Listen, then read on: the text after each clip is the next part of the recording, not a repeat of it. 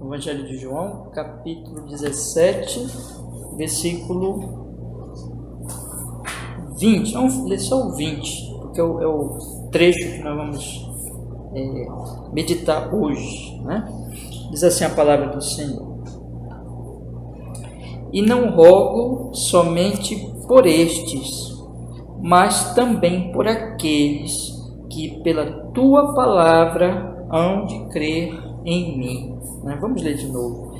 E não rogo somente por estes, mas também por aqueles que pela tua palavra hão de crer em mim. Vamos orar? Ó Senhor, que fales conosco, nós vamos estudar a sua graça, a sua bênção, mais esse versículo, e na verdade um trecho que o Senhor permitir, vamos estudar nas próximas semanas também, e oramos para que o Senhor abençoe hoje, fale conosco e abençoe as próximas exposições, para que nós possamos, Senhor, entender os seus caminhos e sermos exemplos do que o Senhor orou, pelo que o Senhor orou aqui como igreja, como seu povo, para a sua glória, para o seu louvor, para o nosso bem e de muitos outros, em nome de Jesus. Que assim seja, Senhor. Amém e amém. Graças a Deus. Amém. Pode sentar, meus irmãos, pode sentar.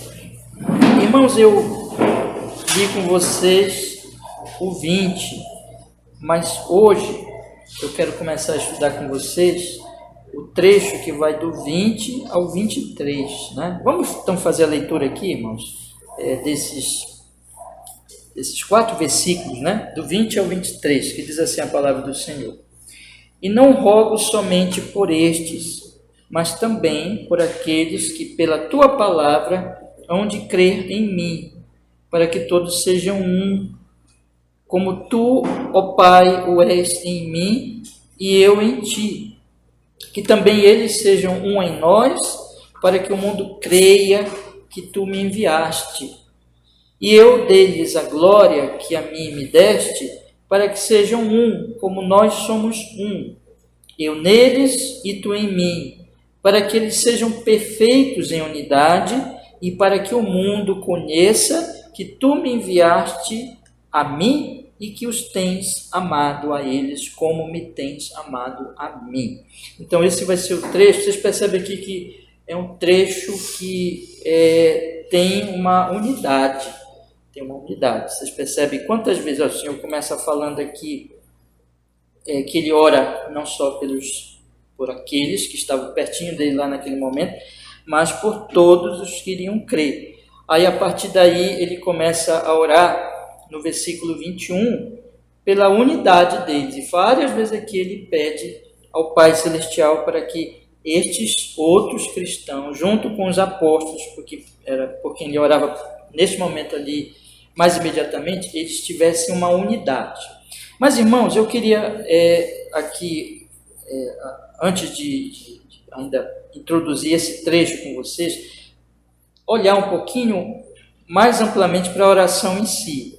A oração, ela se divide em 3 partes, né? E essas 3 partes, irmãos, elas estão muito bem conectadas. Eu já falei isso aqui para vocês em exposições anteriores. Na primeira parte, que vai mais ou menos ali até o versículo 5, versículo 6, o Senhor Jesus Cristo, ele ora por si. Ele está se entregando aqui nessa oração sacerdotal, se entregando ao Pai Celestial pela obra que ele iria fazer, mas ele ora primeiro por si. Ele diz, por exemplo, aqui no versículo 1 logo, Pai, é chegada a hora, glorifica o teu Filho, para que também o teu Filho te glorifique a ti. Então, a ênfase aqui dessa primeira parte é ele mesmo, né? Então, ele está orando por si.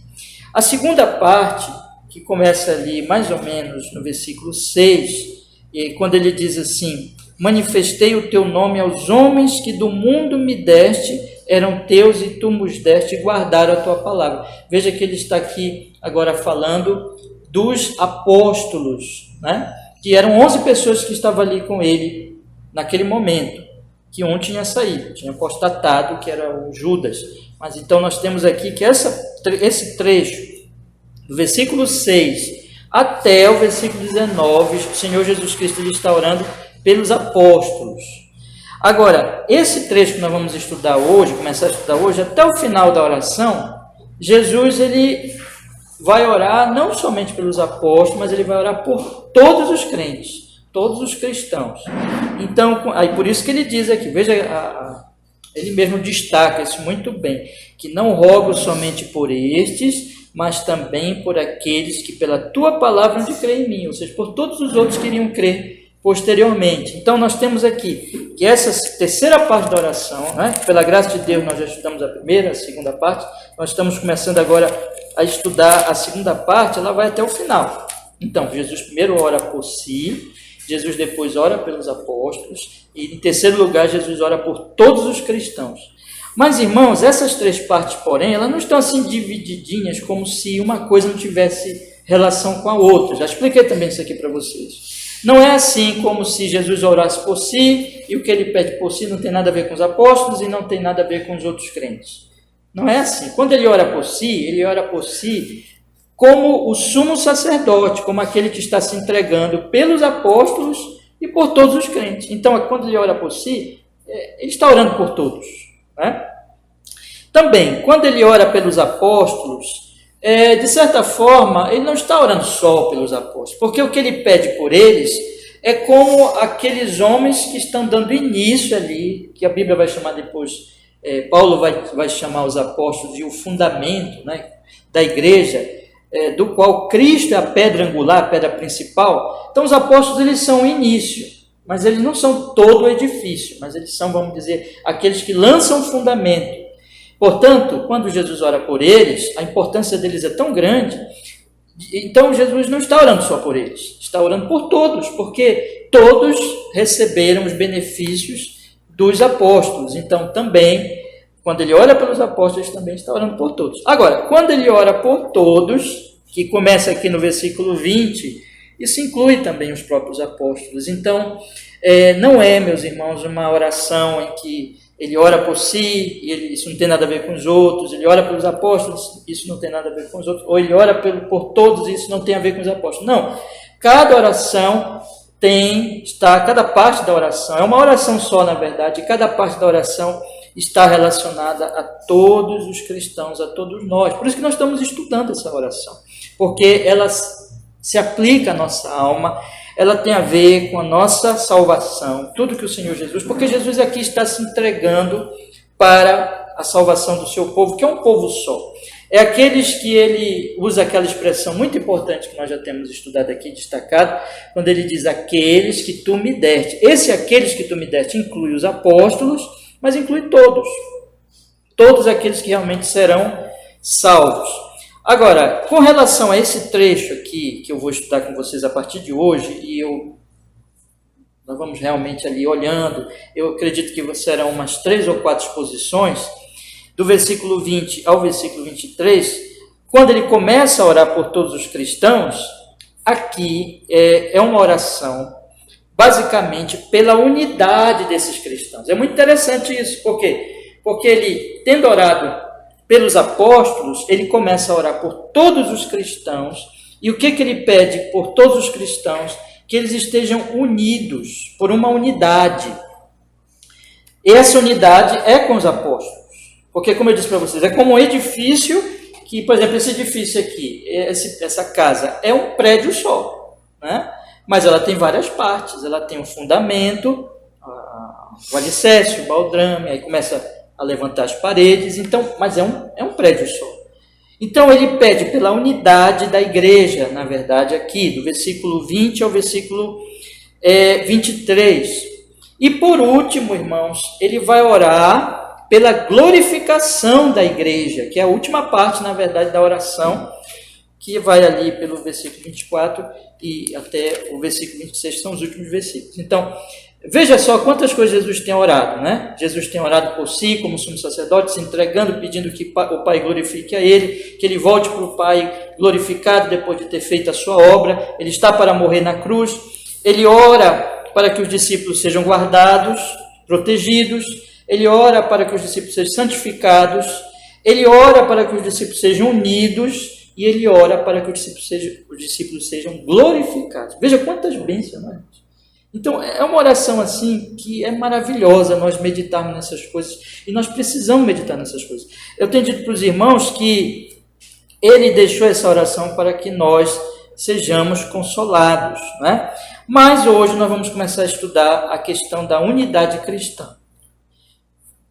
Eu ainda não vou entrar no assunto da unidade hoje, porque nós vamos ficar só no versículo 20, mas eu já quero começar a fazer vocês pensarem nessa verdade de que a igreja é uma unidade e deve preservar essa unidade.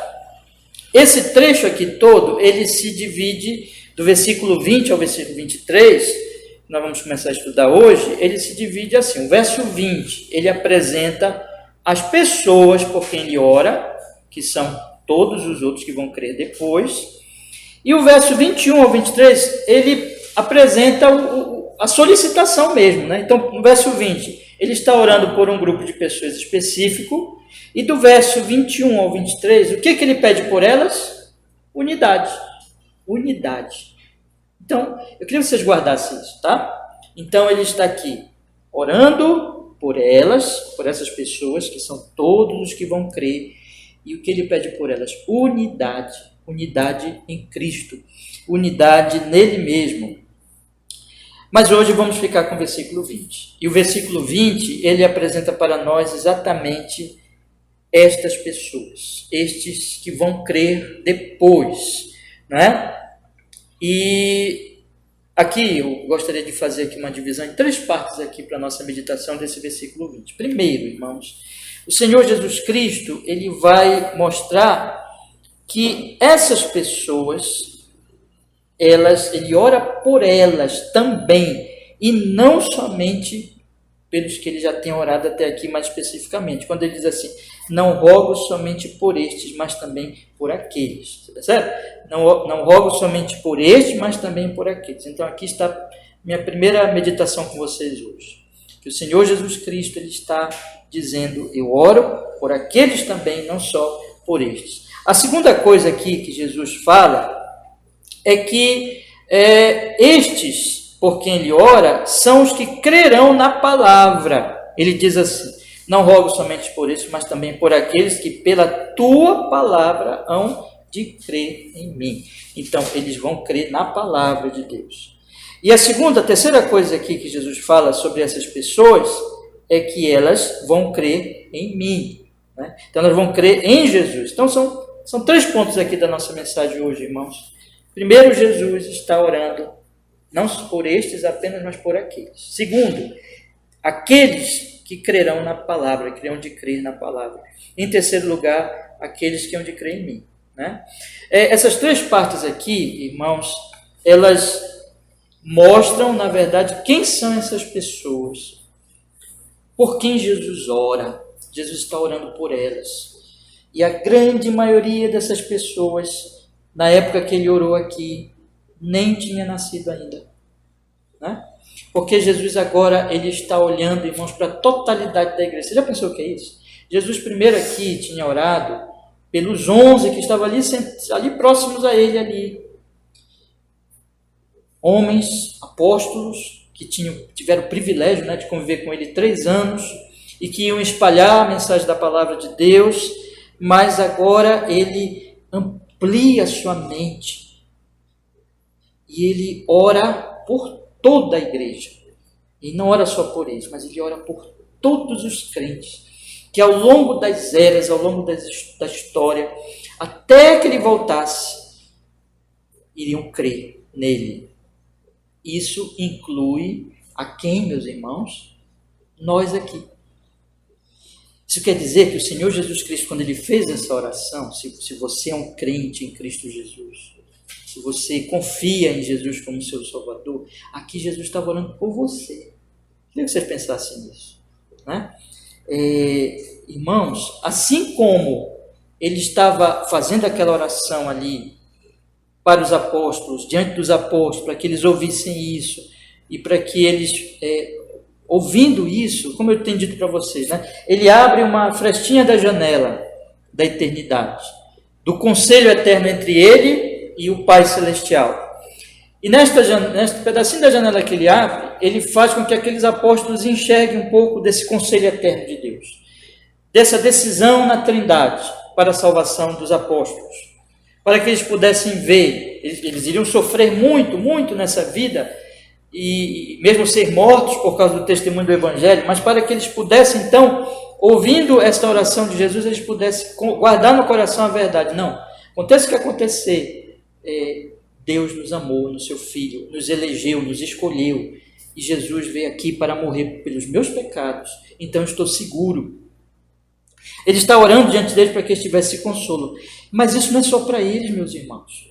É isso que é maravilhoso, porque quando ele ora aqui por todos os crentes, e você que é um crente hoje aqui do século 21, aqui nessa cidade de Belém do Pará, aqui nesse bairro do Tapanã, quando você lê esse texto, é também para o seu consolo, é também para a sua consolação, é para que você guarde isso no seu coração e medite muito nisso. Pensa assim, que naquele dia, naquela noite terrível, era uma noite terrível, terrível no sentido de que Judas já estava vindo para prender Jesus com as autoridades, traidor, e Jesus Cristo iria sofrer muito. Jesus já sabia que iria sofrer, mas ele estava orando por você naquela noite, como por todos nós aqui, como por toda a igreja. E ele estava aqui se entregando para aquele sofrimento por causa de nós, irmãos. A pergunta que se levanta para nós é: por que nós não meditamos muito nisso e não procuramos ser consolados nessas verdades? E por que nós muitas vezes não experimentamos? Hoje o irmão Caleb leu para nós que Jesus diz lá no capítulo 14: deixo-vos a paz, a minha paz vos dou. Por que muitas vezes nós não experimentamos essa paz? Ele diz: o meu gozo, a minha paz. Por que nós não experimentamos muitas vezes essa alegria, essa paz? É porque nós não meditamos tanto nessas verdades. O meu desejo sincero é que vocês estejam aproveitando essas exposições e meditando, guardando na sua palavra isso. Eu quero enfatizar bastante, irmão. Se você quer ser consolado, lembre que Jesus orou por você naquela noite em que ele estava para morrer na cruz por você. E ele está aqui, eu rogo por eles. Eu rogo por aqueles que vão crer. Todos os crentes, né? Vamos entrar então no texto, meus irmãos. Observe então aqui, vamos ler novamente aqui o versículo 20, ele diz assim: e não rogo somente por estes, mas também por aqueles que pela tua palavra hão de crer em mim. Não somente por estes, mas por aqueles. Aqui o Senhor Jesus Cristo, então, ele está colocando dois grupos de pessoas, né? Estes e aqueles. Ele está colocando assim: eu não estou aqui orando, eu não estou aqui rogando somente por estes. Quem são estes? São os apóstolos. É Filipe, é Tomé, é Pedro, João, que estão ali com ele estavam com ele naquela noite. Alguns aparecem aqui fazendo perguntas, né? Outros não aparecem aqui, mas os 11 estavam ali. Jesus tinha orado por eles, Jesus tinha dado esse último sermão a eles, trabalhado as últimas horas do seu ministério. Ele dedicou a esses homens amados, que ele passou com eles ali numa intimidade muito grande, 3 anos, e ele dedica as últimas horas dele. Ele deixa o mundo inteiro, ele não mais prega para as pessoas, ele agora se retira do mundo, como nós vimos lá no capítulo 12, e ele dedica as últimas horas com muito amor àqueles 11 homens. Ele institui a ceia do Senhor, e ele prega para eles o último sermão dele. E ele encerra a última oração ali, diante de todo aquele grupo, esta oração aqui, sacerdotal, logo após o último discurso, em que ele ora por eles, ele intercede por eles, ele está se entregando por eles.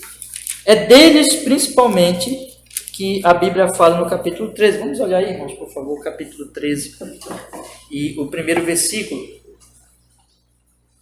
que diz aqui a palavra: ora, antes da festa da Páscoa, sabendo Jesus que já era chegada a sua hora de passar deste mundo para o Pai, como havia amado os seus. Havia amado os seus, passado, que estavam no mundo, amou-os até o fim. Ele continuou amando a eles. Ele não desistiu deles. Lembra que ele já tinha orado? Nenhum dos que me deste eu perdi. Nenhum dos que me deste eu perdi. Irmãos, não houve melhor amigo que Jesus. Lembra que ele tinha dito lá no capítulo 15, ele tinha dito, eu vos chamo amigos. Porque um amigo é isso, um amigo, ele abre os segredos, ele abre o coração. Jesus os tratou como amigos, Jesus cuidou deles, eles eram seus amados, Jesus foi até o extremo por eles, Jesus se entregou por eles, Jesus lavou os pés deles, lembra? Jesus dizendo assim, eu estou aqui para servir vocês, eu vou morrer numa cruz por vocês, ele amou até o fim, até o extremo. Esses homens eram seus amados, nenhum ele perdeu. Teve uma exceção que foi Judas, mas Judas era o filho da perdição, já estudei isso aqui com vocês. Mas aqueles realmente que eram dele, ele não perdeu, ele os amou, ele cuidou deles. Irmãos, vocês parem para pensar nisso, nesse cuidado de Jesus, nesse zelo de Cristo pelos seus apóstolos, nessa proteção, nessa instrução, em que ele passou 3 anos ali cuidando deles, aguentando as tolices deles, as suas perguntas às vezes tolas, como aqui mesmo nesse sermão eles fizeram, as suas incompreensões, suas fraquezas, como de Pedro, como de Filipe, que aparece aqui, como de Tomé, né? Mas aí, irmãos, Jesus cuidou deles, Jesus os amou, Jesus não desistiu deles, porque Jesus veio morrer por eles, porque ele disse que eles foram dados a ele pelo Pai, antes de todos os tempos. Ele diz, eu vim revelar a eles a tua palavra, e ele não perdeu nenhum deles. Pois bem, Jesus aqui está, preste bem atenção no que eu estou lhe falando agora, Jesus está equiparando tudo isso, todo esse cuidado que ele tinha com Pedro, todo esse cuidado que ele tinha com João, todo esse cuidado que ele tinha com Filipe, com Tomé e com os outros, com todos os 11, todo esse cuidado que ele tinha e toda essa oração que ele fez aqui, ele está equiparando isso com todos os crentes, todos os crentes. Quando ele diz assim, vamos olhar aqui o capítulo 17, versículo 20, quando ele diz assim, e não rogo somente por estes, que são esses aqui que eu estou falando para vocês, os apóstolos, não rogo somente por estes, mas também por aqueles que pela sua palavra hão de crer. Aqui ele está colocando no mesmo patamar, no mesmo nível de interesse do bom pastor. Lembra que ele diz lá no capítulo 10, eu sou o bom pastor dá vida pelas ovelhas. Ele está dizendo aqui, essas ovelhas que eu vim salvar, que eu vim redimir, que eu vim resgatar, como Pedro é uma ovelha. Jesus está dizendo assim como Pedro, assim como João, assim como Paulo, depois ele ia chamar para o apostolado, tardiamente, mas é apóstolo tanto quanto esses. Todos esses, Jesus está colocando aqui, todos são ovelhas, todos são amados, todos ele vem morrer por eles, todos ele está intercedendo por todos, não somente por esses homens tão conhecidos e famosos, importantes na história da igreja e para a história da redenção e da revelação, que são os apóstolos, que são chamados fundamentos da igreja, porque não por eles em si, mas porque eles trouxeram a palavra, eles iniciaram tudo ali, escolhidos por Deus. Mas Jesus não ora só por eles, não são eles somente os importantes, os amados, não são eles somente, que se diz aqui, meus irmãos, nesse capítulo 13, que ele os amou e os amou até o fim. Ele está falando de você. Você é um crente? Você é um crente em Jesus? Jesus está lhe dizendo, eu peço não só por Pedro, mas eu peço por você. Pensa no seu nome. Eu oro por todos eles. Jesus tinha na sua mente que ele é Deus, mas ele é homem também, não é? Na sua mente, ele tinha ali incluído todos os que iriam crer. Ele estava pensando em todos nós, irmãos. E quando ele lá na cruz, ele diz, Está consumado. Ele está dizendo, está concluído. A obra da redenção, a obra da salvação de todos eles. Ele está ali, ele está aqui orando por nós. E ele está orando, morrendo também por nós. Quando ele está aqui orando, ele está pensando em nós. Quando ele está morrendo na cruz, ele está morrendo por nós. Isso não é uma coisa vaga, meus irmãos. Não pensem vocês que isso é um pensamento meramente assim. Eu estou orando por todos que vão crer, mas que eu não sei exatamente quem são. Eu não sei se depende deles, não depende de mim. Não é isso. Jesus não está orando assim. Jesus está orando como aquele que sabe quem são, como aquele que sabe os que vão crer, porque ele veio salvar esses que ele chama muitas vezes os que o Pai deu a ele. Vocês querem ver uma coisa? Acompanhem comigo aqui, nós já estudamos aqui, mas acompanhem comigo. Quantas vezes ele usa essa expressão? No versículo 2 ele diz assim, capítulo 17, no versículo 2 ele diz assim, assim como lhe deste poder sobre toda a carne, para que dê a vida eterna a todos quantos lhe deste. A vida eterna é para todos os que lhe deste. Ele veio para dar a vida eterna a todos quanto o Pai deu a ele. No versículo 6, ele diz assim, manifestei o teu nome aos homens que do mundo me deste, eram teus e tu nos deste guardar a tua palavra. Aqui, primordialmente se refere aos apóstolos, mas pelo próprio versículo 3, versículo 2, que ele diz, como lhe deste poder sobre toda a carne para que dê vida eterna a todos quantos lhe deste, não é só os apóstolos. Há uma amplitude aqui para todos os que vão crer, porque todos são eleitos, todos o Pai deu para o Filho na eternidade, e o Filho veio aqui nesse mundo para salvá-los. No versículo 9, meus irmãos, ele diz, eu rogo por eles, não rogo pelo mundo, mas por aqueles que me deste, porque são teus. Aqui, mais especificamente, ele faz uma diferença, ele diz, eu não estou aqui orando pelo mundo todo em geral, mas eu estou orando pelos que me deste. Eu estou orando pelos que me deste, porque são teus. E ele diz no versículo 10, todas as minhas coisas são tuas, e as tuas coisas são minhas, e neles sou glorificado. Eles são meus, como eles são teus. Jesus aqui não está fazendo uma oração vaga e geral, pelo mundo todo, desejando que o mundo seja salvo, mas sem poder fazer nada por isso. Não, ele é soberano, ele está aqui orando por um decreto prévio, por um acordo prévio, na eternidade, entre ele e o Pai, para a salvação de pessoas específicas, que ele separa aqui. Eu não estou orando pelo mundo todo, eu estou orando pelos que me deste.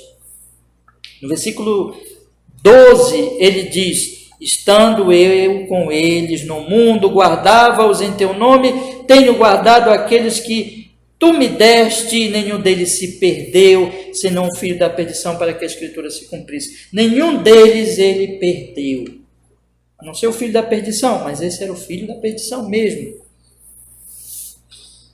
Quem são esses que ele usa a expressão contínua daqueles que me deste, aqueles que me deste? Eu tenho procurado mostrar para vocês que não são só os apóstolos, mas isso inclui todos os eleitos de Deus, que são todos os que crerão, que creem porque são eleitos, porque creem porque Jesus Cristo Pai deu ao Filho na eternidade, Jesus Cristo veio aqui salvar, e são esses que ele vai enviar o Espírito Santo para eles, para que a eles seja dado o dom da fé. Quando no versículo 20 ele começa a orar mais geral por todos os cristãos, por todos os crentes, como eu tenho mostrado para vocês aqui, não rogo somente por esse, mas também por aqueles que pela sua palavra hão de crer em mim, mais adiante ele vai usar a mesma expressão, os que me deste, que está aqui no versículo 24, quando já é essa oração por todos. Ele diz no versículo 24, Pai, aqueles que me deste, quero que onde eu estiver, também eles estejam comigo, para que vejam a minha glória que me deste, porque tu me amaste antes da fundação do mundo. Então veja, essa expressão, os que me deste, não é somente referência aos apóstolos, mas em referência a todos, irmãos. todos que estarão com ele em breve na glória e que verão a sua glória quando ele voltar. E que são objeto da sua oração a partir especialmente do versículo 20. Eu não rogo somente por estes, mas também por aqueles que pela tua palavra hão de crer em mim. Os que me deste, portanto, está englobado nesse grande grupo que nós não sabemos quantos são, só o Pai, o Filho sabe, o Espírito Santo, mas está na mente do Deus triuno já, desde toda a eternidade. Esses que me deste inclui os apóstolos e inclui todos os crentes. Todos queriam crer depois. E podemos dizer também, sem esquecer dos crentes do Antigo Testamento, porque todos são salvos em Cristo, ainda que no Antigo Testamento eles não tivessem a plenitude da revelação que existe no Novo. Mas vamos pensar agora, de acordo com o nosso texto, mas nesses que viriam depois. Aqui está, meus irmãos. O que eu quero dizer para vocês é que o Senhor Jesus Cristo não está orando aqui de maneira vaga, indefinida. Como que orando assim? Eu estou orando por todos que vão crer, mas eu não sei quem são. Não. Ele está orando pelos que vão crer, porque esses que vão crer são os que o Pai deu a ele. Ele está aqui, assim como ele está orando por Pedro, assim como ele está orando por João, ele está orando por Paulo, que ainda não crê aqui. Ele está orando pelo eunuco. Sabe a história do eunuco que ouviu o Evangelho no Atos dos Apóstolos? Ele está orando por Cornélio do Atos dos Apóstolos. Ele está orando por todos aqueles que viriam crer depois. Ele está orando por todos aqueles que iriam crer, que são os que o Pai deu a ele, que crerão porque o Pai deu a ele. Ele está orando por todos. E isso inclui você. Isso inclui a mim. Isso inclui a cada um de nós que estamos aqui hoje à noite. Nesta noite do dia do Senhor. Dia hoje? Dia 19, 19 do mês de junho de 2022. Quando foi que você creu?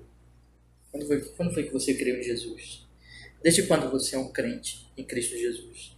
Você pode dizer, eu creio em Jesus? Você pode dizer, eu me arrependi dos meus pecados e eu confiei unicamente nele como meu Senhor, como meu Salvador? Então, deixa eu lhe dizer isso aqui. Se você pode dizer isso, então você pode dizer também, Jesus orou por mim, no versículo 20. Quando Jesus Cristo disse, eu não rogo por estes, mas por aqueles, eu estou entre estes aqueles. Eu estou lá. Jesus está pensando em mim. Jesus está orando por mim. Irmãos, eu não sei o que é mais consolador do que isso. Nesse mundo mau que a gente vive, nesse mundo de dificuldades, nesse mundo de lutas, aconteça o que acontecer,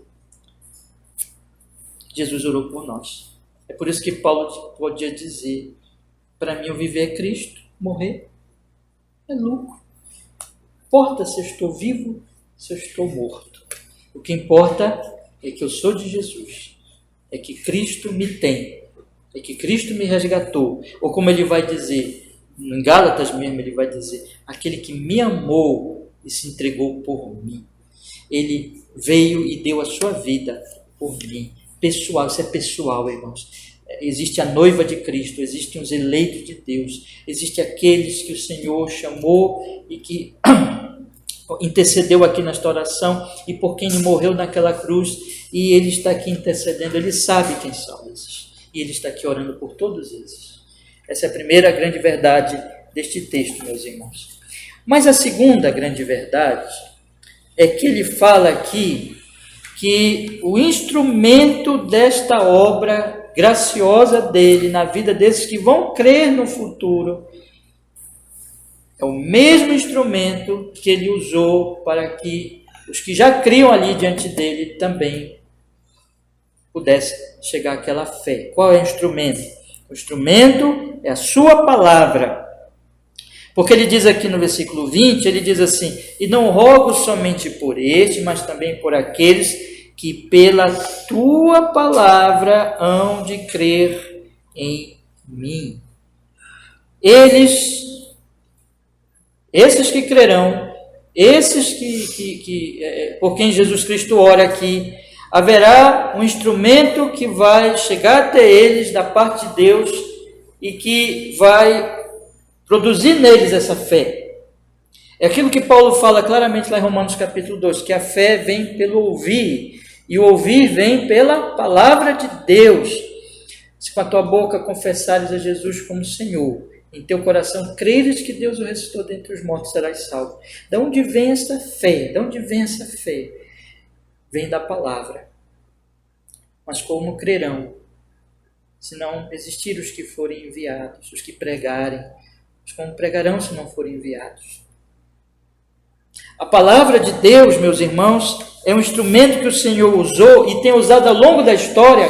Guardem isso, para que a fé, para que essa obra da graça de Deus se manifeste na vida de cada eleito de Deus. Não há um eleito de Deus, claro, estou falando daqueles que têm consciência, né? Que tem condições de ouvir a palavra, de meditar e de crer nela, mas não há um eleito de Deus que tenha chegado à fé e à salvação sem a palavra do Senhor.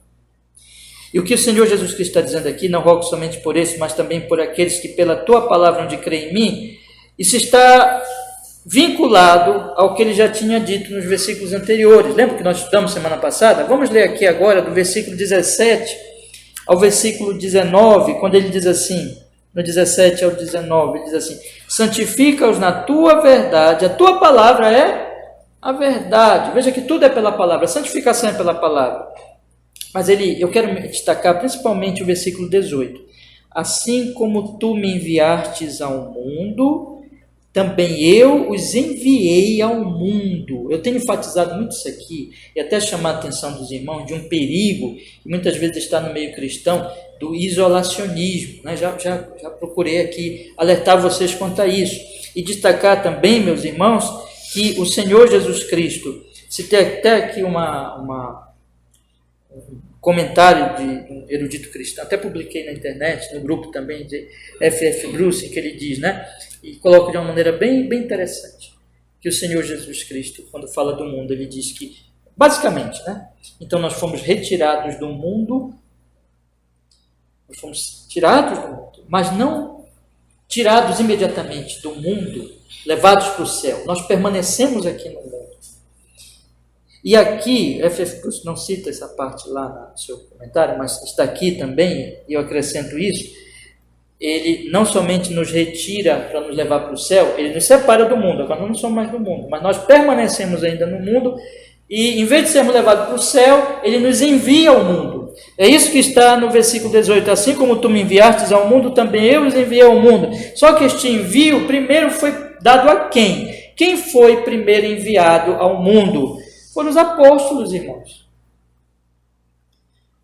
Os apóstolos foram os primeiros missionários, evangelistas, pregadores da palavra de Deus.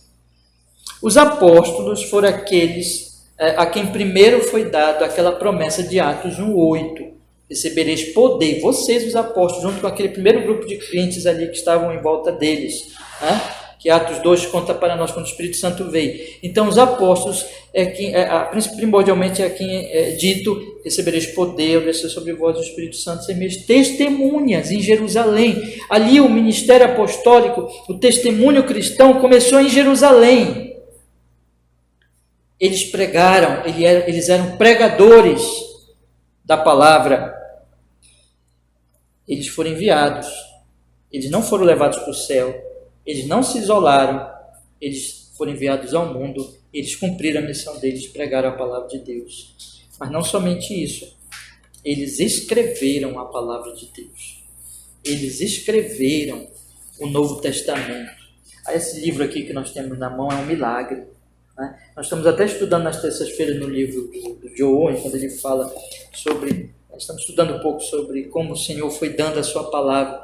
E esse livro é um milagre, especialmente aqui, no caso, o Novo Testamento. Toda a Bíblia é um milagre, mas aqui o Senhor Jesus está se referindo especialmente ao Novo Testamento, que eles iriam pregar, mas pelo menos alguns deles iriam escrever ou eles mesmos iriam escrever, ou eles iriam supervisionar outra pessoa que escreveu, mas tanto de uma forma ou de outra.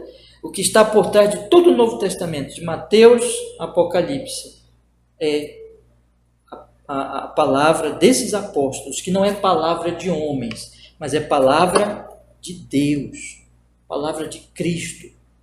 Veja o que está escrito aqui em Hebreus capítulo 2, versículo 13, irmão. Vamos olhar, por favor, na sua Bíblia, acompanhe comigo aí. Hebreus, carta aos Hebreus, capítulo 2, versículo 3. Diz a Escritura: como escaparemos nós, se não atentarmos para uma tão grande salvação, a qual, começando a ser anunciada pelo Senhor, foi-nos depois confirmada pelos que a ouviram, testificando também Deus com eles por sinais e milagres e várias maravilhas e dons do Espírito Santo distribuídos por sua vontade. Quem são esses? Ele diz aqui, a palavra do Senhor que veio a nós, essa grande salvação, primeiro trazida pelo próprio Senhor Jesus, que foi o primeiro grande pregador. Ainda que teve pregador antes dele, que foi João Batista, mas João Batista era o precursor, né? Mas Jesus é o Salvador, e Jesus, ele trouxe a palavra da pregação, como o verbo de Deus, ele é o Salvador, e ele pregou, e ele conviveu com aqueles homens, mas depois eles começaram a pregar, e é isso que o escritor aos Hebreus está dizendo, começando a ser anunciada pelo Senhor, foi-nos depois confirmada pelos que a ouviram, os apóstolos, eles testificando Deus por eles, por sinais, milagres e várias maravilhas e dons do Espírito Santo distribuídos por sua vontade. Ali o Deus Pai, o seu Espírito Santo deu aos apóstolos muitos dons, milagres, aqueles milagres narrados no Atos dos Apóstolos, em que Deus testificava a pregação deles. Então eles pregaram. Irmãos, se eles não pregassem, o Evangelho não chegaria a nós. Mas eles não somente pregaram. Eu tenho lido aqui várias e várias vezes com vocês aquele texto de 2 Timóteo 3,16, que diz o quê? O que diz 2 Timóteo 3,16? Bora ler aqui também. 2 Timóteo 3,16, que diz assim, irmãos, que diz assim: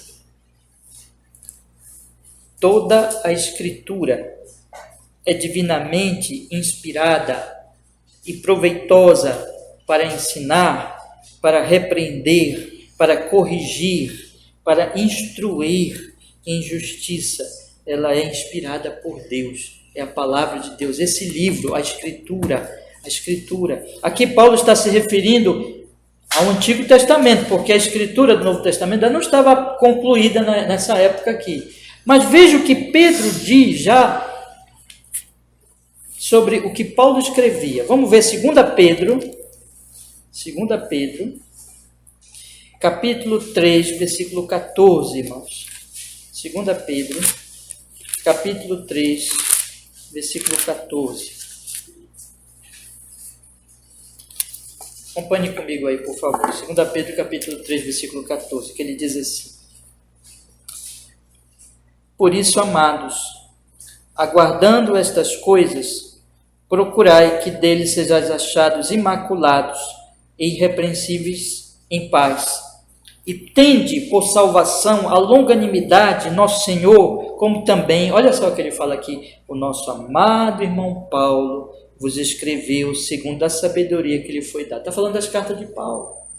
E ele diz assim, falando disso, como em todas as suas epístolas, suas cartas, entre as quais há pontos difíceis de entender, que os indoutos e inconstantes torcem igualmente as outras escrituras para a sua própria perdição. Ele está colocando aqui que as cartas de Paulo não são simples cartas, mas são escrituras. Irmãos, o Novo Testamento é parte deste envio dos apóstolos. Eles não só pregaram, mas eles escreveram a palavra. Eles foram missionários e escritores das Escrituras, da palavra. Voltando para João capítulo 17, versículo 20, quando o Senhor, nosso Senhor Salvador Jesus, ele diz: e não rogo somente por esse, mas também por aqueles que pela tua palavra onde creem em mim. Ele está dizendo a palavra dos apóstolos, que ele envia. Ele diz: vão, vocês são o início. Eles começaram, eles levaram a palavra, mas eles não somente levaram a palavra, mas eles escreveram a palavra. Escreveram a palavra. Lembra que Jesus disse: o Espírito ensinará vocês, o Espírito fará vocês lembrarem do que eu tenho dito. Está aqui tudo registrado. Esse livro é o registro fiel, é a própria palavra do Senhor Jesus, é a própria palavra do Evangelho do Senhor Jesus. Eu quero ler em outro versículo, irmãos, para nós também aqui juntarmos a essas informações, que está aqui em Efésios. Abra comigo, por favor, Efésios capítulo 2, versículo 20, Efésios capítulo 2, versículo 20, e olha o que o apóstolo Paulo diz também aqui. Ele diz aqui, olha só, Efésios capítulo 2, versículo 20, ele diz: edificados sobre o fundamento dos apóstolos e dos profetas, de que Jesus Cristo é a principal pedra da esquina, no qual todo edifício bem ajustado cresce para templo santo ao Senhor, no qual também vós juntamente sois edificados para a morada de Deus em espírito. Aqui o apóstolo Paulo está falando da igreja, e ele está comparando a igreja com um edifício. Esse edifício, ele tem um fundamento. Quem lançou o fundamento? Os apóstolos. Qual é a pedra angular ou principal deste fundamento? Jesus. Esse edifício bem ajustado sobre esse fundamento cresce para templo santo ao Senhor. É como um templo onde Deus habita e Deus é louvado e Deus é honrado. É a igreja, irmãos. No qual também vós juntamente sois edificados para a morada de Deus no Espírito. O Espírito Santo é que está fazendo esta obra, ele está construindo essa igreja, esse edifício, mas o fundamento, quem lançou foram os apóstolos. Mas olha o que Paulo diz mais adiante um pouquinho, agora lá no capítulo 4, no versículo 11, ele diz assim, capítulo 4, mesmo de Efésios, tá? Ele diz assim: e ele mesmo deu uns para apóstolos, outros para profetas, outros para evangelistas e outros para pastores e mestres, querendo o aperfeiçoamento dos santos, para a obra do ministério, para a edificação do corpo de Cristo. Agora ele está pensando na igreja de novo, só que aqui ele usa outra ilustração. Lá no 2, ele pensou no edifício. Aqui ele está pensando no corpo. A igreja é um edifício. A igreja é um corpo. E ela é construída sobre um fundamento apostólico. Mas Deus deu os apóstolos. Mas o que aconteceu com os apóstolos, irmãos? Eles morreram. Mas ficou o fundamento. Onde está o fundamento? Aqui, na Bíblia, Novo Testamento. E aí Deus deu também profetas e evangelistas, não é isso que diz o capítulo 11, versículo 11? Esses também eram dons, eram ofícios temporários, passaram, mas tem um ofício que permanece. E outros para pastores e doutores. Então nós temos aqui apóstolos, profetas, evangelistas, pastores, doutores. Irmãos, é um ministério, é o sagrado ministério da palavra. Os apóstolos lançam o fundamento.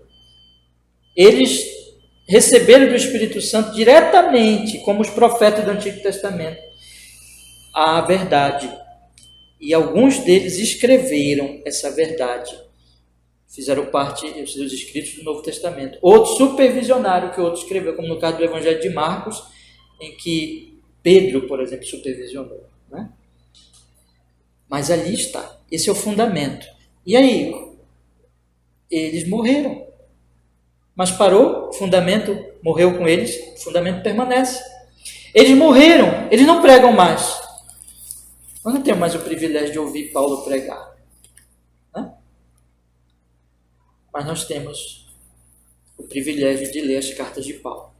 Não temos mais o privilégio de ver Pedro pregar, mas nós podemos ler as cartas de Pedro e os sermões de Pedro em Atos. Nós não temos mais essa oportunidade de ouvir os apóstolos diretamente, mas nós continuamos ouvindo os apóstolos quando os pastores hoje, fiéis ministros do Evangelho, eles não têm mais aquele dom de revelação como os apóstolos tinham. Eles não receberam. Os apóstolos lançaram o fundamento. Ninguém deve lançar outro fundamento. O fundamento já foi lançado. Mas os pastores, eles ensinam o mesmo fundamento. Eles falam do mesmo fundamento. E o fundamento tem uma pedra principal, tem uma pedra angular. E essa pedra angular quem é? Jesus Cristo. Jesus Cristo, irmãos. E quando isso acontece que está no versículo 12. Querendo o aperfeiçoamento dos santos, para a obra do ministério, para a edificação do corpo de Cristo, até que todos cheguemos à unidade da fé e ao conhecimento do Filho de Deus, o homem perfeito, à medida da estatura completa de Cristo, para que não sejamos mais meninos inconstantes, levados em roda por todo vento de doutrina, pelo engano dos homens que com astúcia enganam fraudulosamente. Antes, seguindo a verdade em amor, cresçamos em tudo naquele que é o cabeça. Olha aqui o corpo, né? Tem um cabeça, não tem? Quem é o cabeça? Cristo. Quem é a pedra angular? Cristo. Quem é o principal? Cristo. Do qual todo o corpo, bem ajustado, ligado pelo auxílio de todas as juntas, segundo a justa operação de cada parte, faz o aumento do corpo para a sua edificação em amor. Então, irmãos, quando nós olhamos para João, capítulo 17, versículo 20, Jesus está orando pela igreja. Você está entendendo isso? Por isso que semana que vem nós vamos começar a estudar sobre a unidade da igreja. Porque o que Jesus está orando aqui é por essa formação da igreja.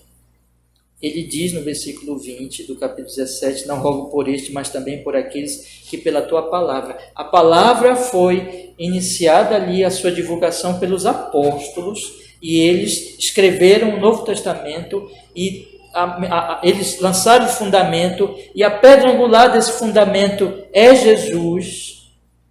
Mas não deixou de ter pregação, meus irmãos. Não deixou de ter o ensino da palavra, de geração em geração, sem falhar. E vai ser assim até Jesus voltar. Deus tem levantado pregadores. Deus tem levantado ministros da palavra. Deus tem enviado missionários. O Senhor Deus, pelo Espírito Santo, está formando a sua igreja. E o instrumento dessa formação é o envio ao mundo, em que os ministros vão sendo enviados, mas também, por meio da igreja, cada irmão, e aqui eu quero incluir isso, não pense que é só os ministros, não. Vocês, todos nós aqui, irmãos, lá na nossa casa, na nossa vizinhança, nós somos testemunhas. Nós todos somos enviados ao mundo. E a palavra vai sendo divulgada. E o Espírito Santo, ele, através dessa palavra divulgada pelo ministro do Evangelho e pelos cristãos, nas suas conversas, no seu testemunho cristão, o Espírito Santo, ele vai dando fé, mas sempre através da palavra. E assim vai formando este edifício que é construído sobre o mesmo fundamento apostólico, que a pedra angular é Jesus. E ele vai crescendo esse edifício. Ele vai formando esse corpo, que o cabeça desse corpo é Jesus. Mas é assim que ele vai formando, é assim que ele vai construindo a sua igreja. E Jesus está aqui orando por esses e dizendo como é que isso vai acontecer. E por último, o meu último ponto hoje à noite, é que no versículo 20, quando ele diz assim, e não rogo somente por esses, mas também por aqueles que pela tua palavra, aí a última parte é, hão de crer em mim. Nós temos visto já, não preciso eu ler mais para vocês aqui, porque eu já li vários versículos e vocês viram que quem é o cabeça, quem é a pedra principal, quem é o Redentor, o Salvador, quem é aquele que o corpo cresce de maneira ajustada nele, quem é? Jesus. Jesus Cristo, quando a palavra de Deus é pregada, é ensinada, que os apóstolos lançaram o fundamento e os pastores de hoje, eles só leem e explicam o que eles escreveram no Novo Testamento. E os crentes na sua vida vão espalhando essa mensagem para os seus amigos, familiares. Quando isso está acontecendo, quem está aparecendo, quem está sendo anunciado é o Senhor Jesus Cristo, aquele que veio para salvar os eleitos, a igreja. E aquele que ora aqui pela igreja, é Ele que aparece. É Ele que aparece. Aqueles solas da reforma, né? Eu vou citar só dois aqui. Sola Escritura quer dizer que a nossa fé é baseada nas Escrituras somente. Solos Cristos significa que nós pregamos somente Jesus. E que nós dizemos que o Senhor Jesus Cristo é o Salvador. E é isso que Jesus está dizendo. Que vai acontecer isso, que Ele está aqui orando, Ele está pedindo por aqueles que vão crer, na medida que a palavra vai sendo pregada e anunciada, e que os apóstolos foram enviados, e a igreja vai continuar sendo enviada ao mundo, as pessoas vão crer, mas elas vão crer em quem? Elas vão crer em mim, elas vão crer no Senhor Jesus. Quando a palavra é realmente pregada, Jesus é pregado. Jesus, por obra do Espírito Santo, as pessoas vão crendo em Jesus. Não, irmãos, não é o homem que aparece, não é a igreja, a denominação, coisa humana, instituição humana que aparece. Quem aparece, quem é crido, é o Senhor Jesus Cristo.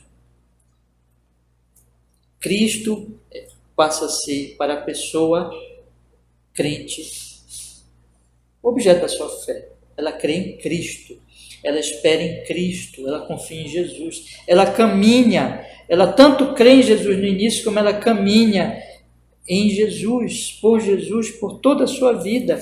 E eu queria aqui ler o último versículo hoje à noite, que está em 1 Coríntios capítulo 1. Vamos abrir também, meus irmãos.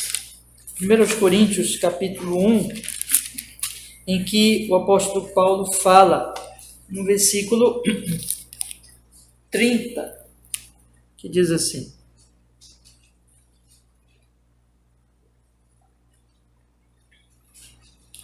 mas vós, 1 Coríntios capítulo 1, verso 30, que diz: mas vós sois dele em Jesus Cristo, o qual para nós foi feito por Deus sabedoria, justiça, santificação, redenção, para que, como está escrito, aquele que se gloria, glorie-se no Senhor. Você quer sabedoria? Você vai achar sabedoria em Jesus Cristo. Você quer justiça? Você quer justiça para resolver o problema dos seus pecados, porque você é injusto diante de Deus. Como eu posso ser justo diante de Deus?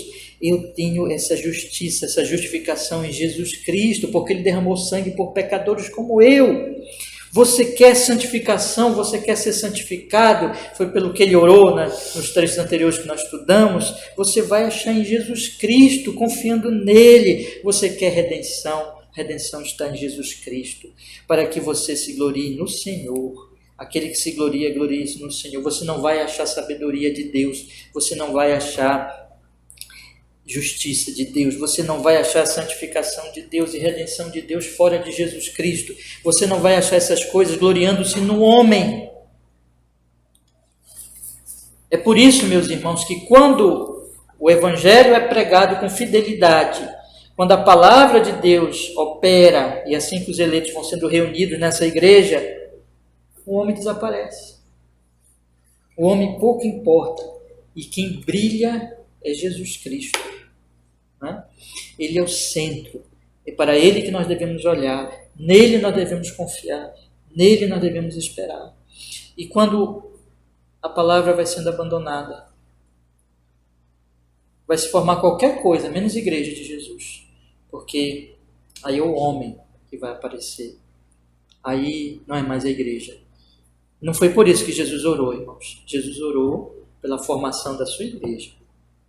Então eu queria dizer para vocês hoje à noite que o Senhor Jesus Cristo rogou, não somente pelos apóstolos, mas por toda a igreja, que iria ser formada pela sua palavra e queria ter fé, porque a palavra seria pregada e escrita e continuando a ser pregada por todos os séculos, e que iria crer nele para a sua salvação, para a sua redenção. E é isso que ele está fazendo hoje. E foi isso que aconteceu na sua vida.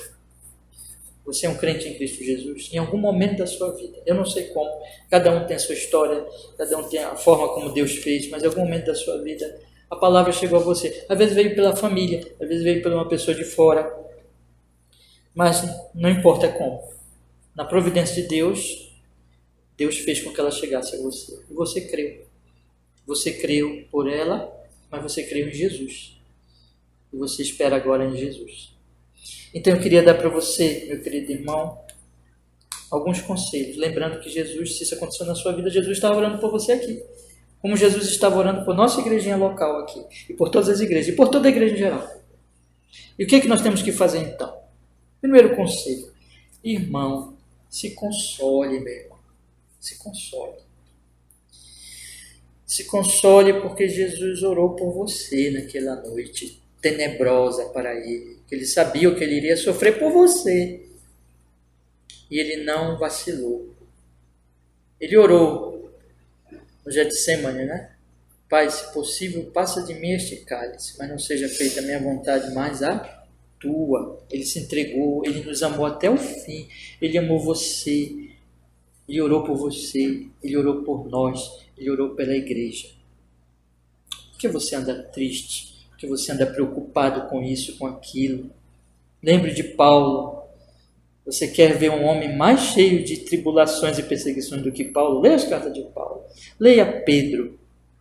Leia o que Pedro diz em 1 Pedro. Veja o que ele diz, que o diabo anda em derredor procurando em quem possa tragar, mas ele diz, não se admirem disso. As perseguições estão por todo o mundo sobre os que são de Deus, mas lembrem da esperança. Ele começa a carta dizendo, ele começa a sua carta falando da alegria que não se pode descrever, alegria num Cristo que eles não tinham visto com os olhos, mas que eles haviam crido, porque eles ouviram e creram na palavra. Então, meu irmão, Jesus orou por você. Se console nessa verdade. E se consolando nessa verdade, diga assim, aquele que orou por mim, eu quero viver para ele todos os dias da minha vida. Eu vou fazer tudo em honra e glória a ele. E eu quero ser uma testemunha dele para aqueles que nada conhecem deste maravilhoso Salvador e Redentor Jesus. É isso que você deve fazer todos os dias. Glorifique o nome de Cristo assim. Lembre desta oração. Em segundo lugar, meu querido irmão, lembre que a fé chegou a você pela palavra. A fé chegou a você pela palavra, para que você possa crer. Então, qual é o conselho? Se exponha à palavra. Nós precisamos dessa palavra todos os dias. Lâmpada para os meus pés é a tua palavra e luz para os meus caminhos. Bem-aventurado o homem que não anda no conselho dos ímpios, não se detém no caminho dos pecadores, não se assenta na roda dos escarnecedores, antes tem o seu prazer na lei do Senhor, e nessa lei ele medita de dia e de noite. Josué 1:8, não cesse de falar deste livro da lei, antes medita nele todos os dias, de dia e de noite, para que tenhas o cuidado de fazer conforme tudo o que nele está escrito, então serás bem-sucedido no teu caminho.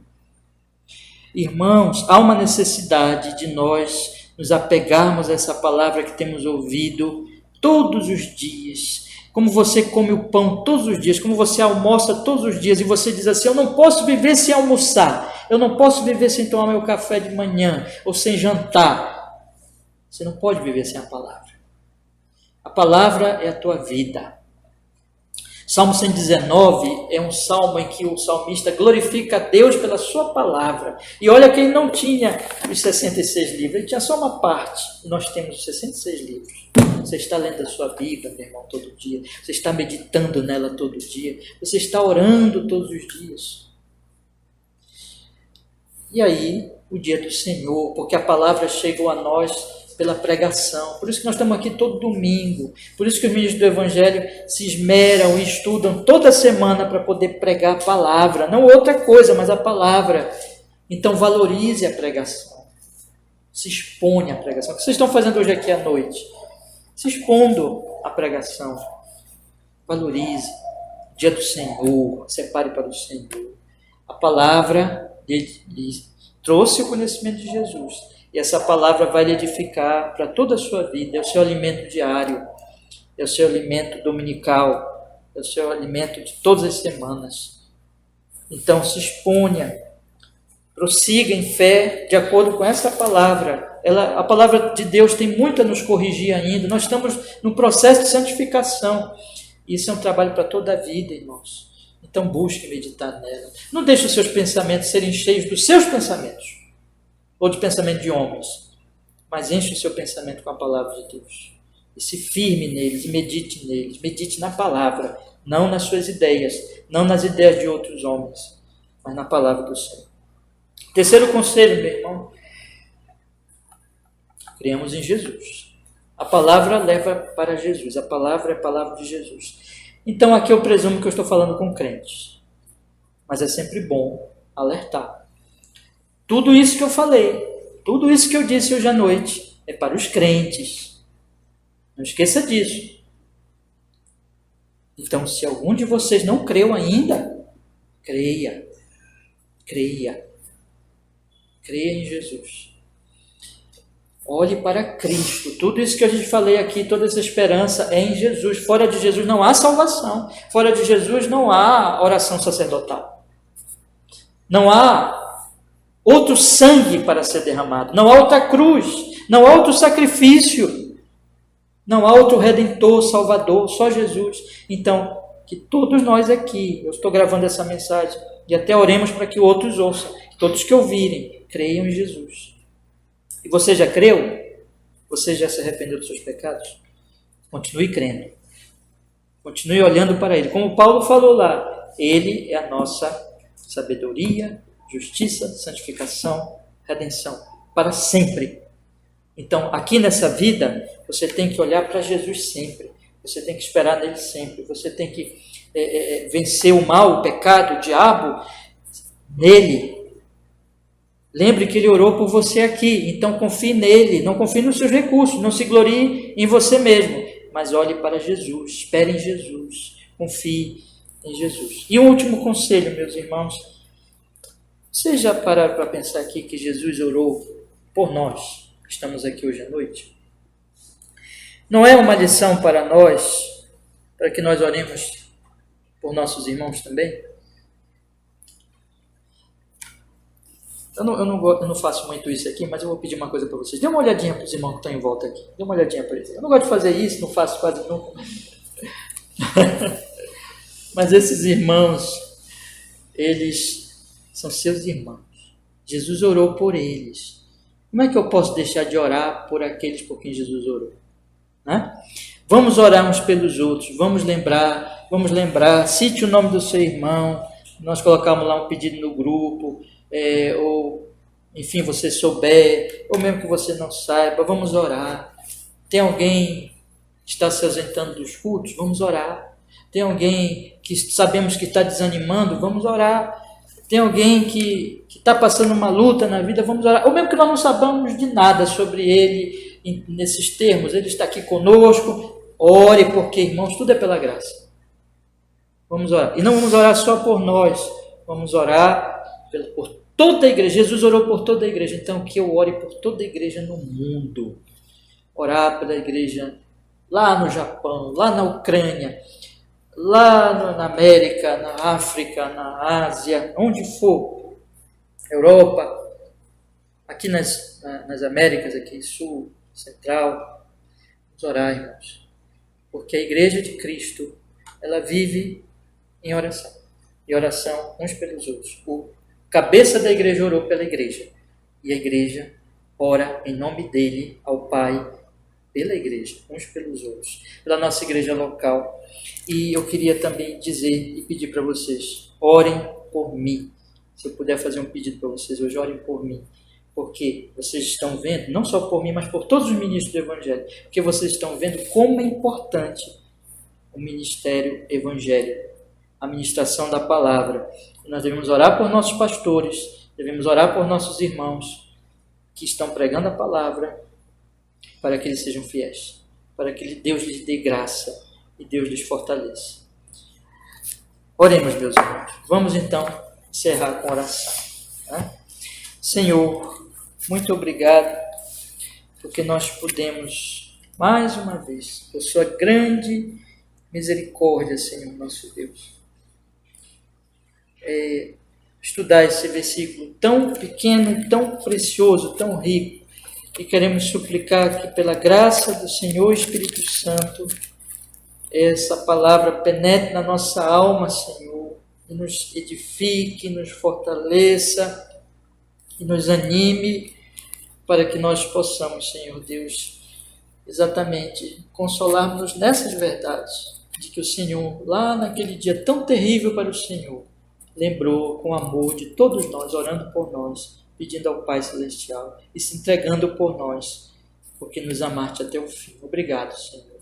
Que o nosso consolo seja grande, que a nossa esperança na Sua palavra seja firme, nossas buscas e exposição a ela seja contínua, e que nós estejamos olhando só para o Senhor sempre, e que também estejamos orando uns pelos outros e apoiando uns aos outros, porque a Sua igreja, ela é mais que vencedora no Senhor Jesus. Que assim seja. Louvado seja o Seu nome hoje e sempre, Jesus. Amém.